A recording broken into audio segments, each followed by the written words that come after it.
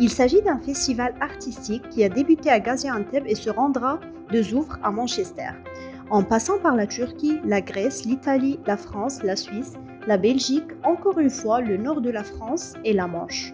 Au cours du voyage, nous parcourons 8000 km en passant par 65 villes. Une marionnette de 3,5 mètres nommée Little Amal nous guidera, et c'est une jeune réfugiée syrienne de 9 ans à la recherche de sa mère. Le projet est né du besoin de comprendre et d'explorer ce lent et courageux voyage qu'ont fait de nombreux réfugiés. Il est basé sur le travail de Good Chance, une compagnie théâtrale qui s'intéresse aux expériences des réfugiés.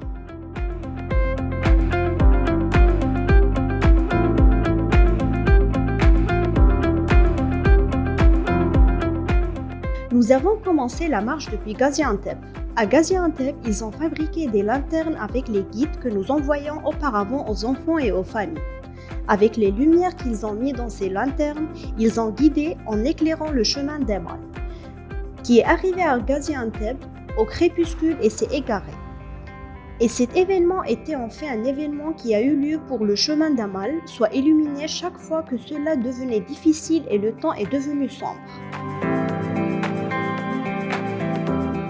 La petite Amal représente toutes les jeunes, tous les enfants qui ont dû devenir réfugiés pour des raisons qui n'étaient pas les leurs, à cause de la violence, de la guerre ou de l'oppression. Ils ont dû quitter leur foyer et parcourir de longues distances pour échapper au danger, pour trouver un endroit sûr, seuls ou avec leur famille. Nous avons traversé le pont de pierre avec des oiseaux à Adana.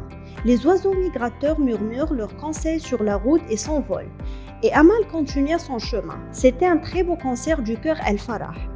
Puis il s'est arrêté à la Tarse et a joué à divers jeux avec les enfants. Des rafraîchissements ont été faits sur le marché de la terre.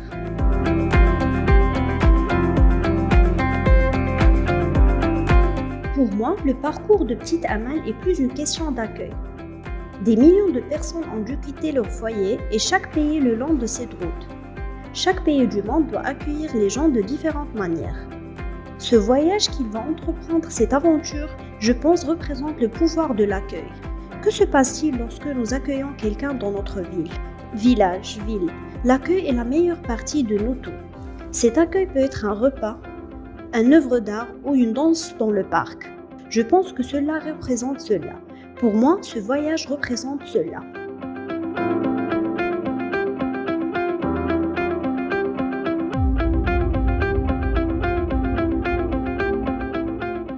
Amal m'a vraiment inspirée parce que c'est une petite fille, mais elle a quand même fait des merveilles. Elle a fait son voyage seule. Elle est donc très forte. Cela nous inspire aussi à être forts, à suivre parce que nous avons fui la guerre. J'espère de faire passer le message que nous sommes forts ici. Nous continuerons de l'être. Ma mission ici, mon chemin ici est la musique. Faire passer ce message par la musique.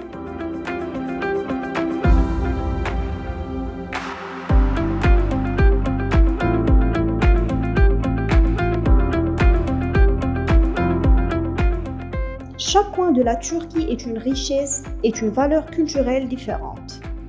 Peut-être que certains d'entre eux continueront à vivre avec nous en s'intégrant à la fois avec leurs résidents et nos hôtes actuels.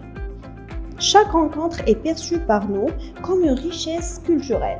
Et en fait, comme Amal marche et rencontre des enfants, nous souhaitons ouvrir des canaux de dialogue entre les gens à travers la culture et l'art, avec toutes les valeurs qu'elles représentent. Il s'agit d'un projet d'empathie.